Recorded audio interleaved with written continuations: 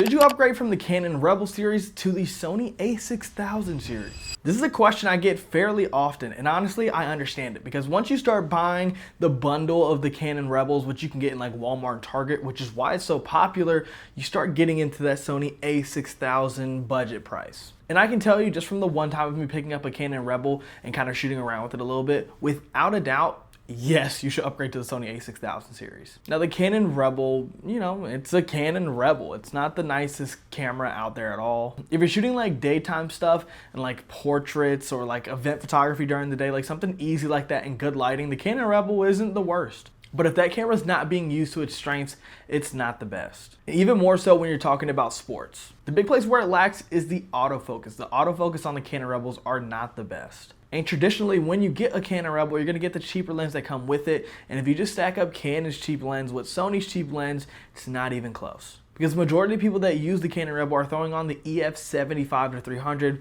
which we all know is like the worst lens ever made. And Sony's equivalent to that lens would be the Sony 55-210, which I've used personally, and it is way better and has a way cleaner image than the Canon 75-300 EF. Sony was ahead of the game in terms of autofocus back then, so the Sony A6000 blows the Rebel out of the water in terms of autofocus. If I'm not mistaken, the Sony A6000 also shoots faster on continuous shooting speed than the Rebel series as well, and the Sony E-mount is just a much better mount to be using on a budget. So if it was up to me, I would definitely say yes, the Canon A6000 series is a good, solid, pretty big jump from the Canon Rebel series. My Canon Rebel shooters, make sure to drop those photos down in the comments. And if you have any other questions, make sure to drop those down in the comments and make sure to follow for daily camera videos.